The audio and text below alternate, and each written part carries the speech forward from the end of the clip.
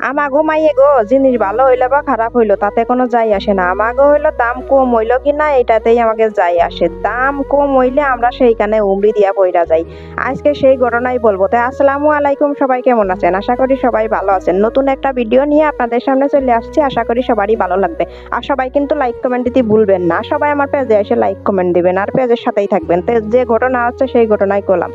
আমাদের পাশে হলো স্বপ্ন আছে, আর এই স্বপ্নে হলো সবাই কেনাকাটা করে। আর স্বপ্নে নাকি অনেক অনেক ছাড়, ওরে বাবা 30%, 20%, 10% নাকি ছাড়। এই কথা ওনার পরে চল লাগলাম স্বপ্নে।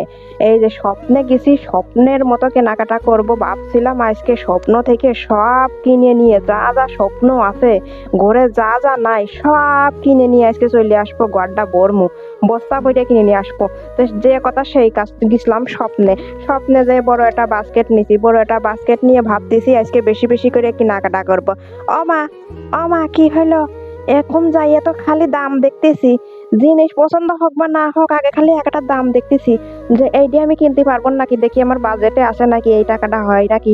ও মা, কিটা আসলে কার কথা, এখন যে দামটা দেখি আমার তো মুখটা চামচির মতো শুকিয়ে গেছে।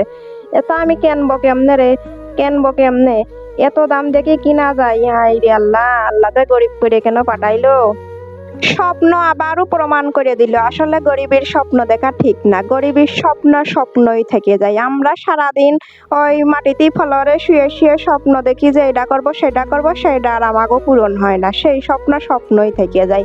বড় লগ্য শুধু স্বপ্ন। আমাগো মতো গরিব মানুষের কি স্বপ্ন দেখে লাভ আছে নাকি? খালি স্বপ্ন দেখবো আর স্বপ্নেতে কেনাকাটা করতে যাইয়ে স্বপ্নের মতো স্বপ্নের মধ্যেই নাড়াচাড়া করে খালি চলে আসবো। দেখতেছেন না আমার কাণ্ড? দাম দেখে খালি এইটা নাতিছি ওইটা নাতিছি মনে করতেছি সবই নেব। মনের ভিতর চাচ্ছে সবই নেই, কিন্তু খালি নাড়াচাড়া করতেছি আর রেখে দিচ্ছি, নাড়াচাড়া করতেছি আর রেখে দিচ্ছি।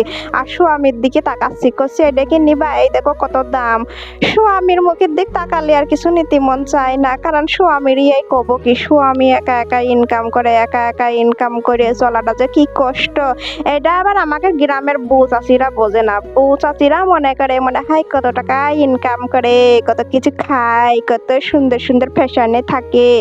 কিন্তু যারা করে তারা জানে আমরা যে কিভাবে থাকি রে বউ, এটা তো গ্রামের লোক বোঝে না। মনে করে চাকরি করে, কিসির যে চাকরি করে, কি যে চাকরি করে, কয় টাকা বেতন পায়, সেটা আবার আমাগো বউরা গ্রামের চাচিরা আম্মারা কিছুই বোঝে না।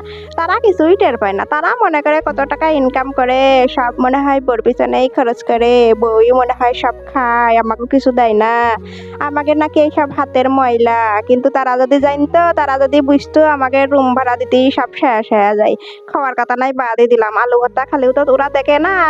সেই জন্যই ভাবতেছি এখন তো ভিডিও করে করে সব দেখাবো, যখন যা খাবো সবই দেখাবো। তো যাই হোক, এখন স্বপ্নে কেনাকাটা করতে গেছি, স্বপ্নের কথাই আসি। এখন আমি দেখে দেখে দামটা দেখে আমার মাথা গরম হয়ে গেছে। এই জন্য স্বামীর হাতে ধরাই দিছি যে স্বামী তুমি দেখো কিছু কিনলি কেন, না কিনলি না কেন। আসলে আমরা মাইয়েরা যারা কেনাকাটা করি নে তারা আর কোন জিনিসের কোন দাম এই জন্যই বুঝিও নে। সেই জন্য স্বামীর উপর আমরা চেটাং চেটাং করে গরম দেখাই যে এইটা আনো সেইটা আনো, কিন্তু স্বামী যে কেমনে আনবে সেইটা আমরা বুঝি নে, সেটা আমরা খেয়ালও করি না, আমরা মাইয়ে মানুষ। আসলে এই কেনাকাটা না করতে গেলে এই কেনাকাটা সম্পর্কে ধারণা পাওয়া যায় না। আমি আজকে ধারণা পেয়ে গেছি যে বাজারের জিনিসপত্রের এত দাম, স্বামীর উপর শুধু গরম দেখাই এটা আনো সেটা আনো, কিন্তু স্বামী যে কোনটা আনবি তার আমরা ভেবে দেখিনি। তো যাগ্গে স্বামীর কথা যাগ্গে, তো মনে করেছিলাম স্বপ্নে যাইয়ে স্বপ্নের মতো কেনাকাটা করব, সব জিনিসের নাকি দাম কম। এই কথা শুনে চলে যাওয়ার পর এখন দেখি না ওই সেই সমান দামই। তাহলে আমাকে এসে স্বপ্নে এসে লাভ কি হলো?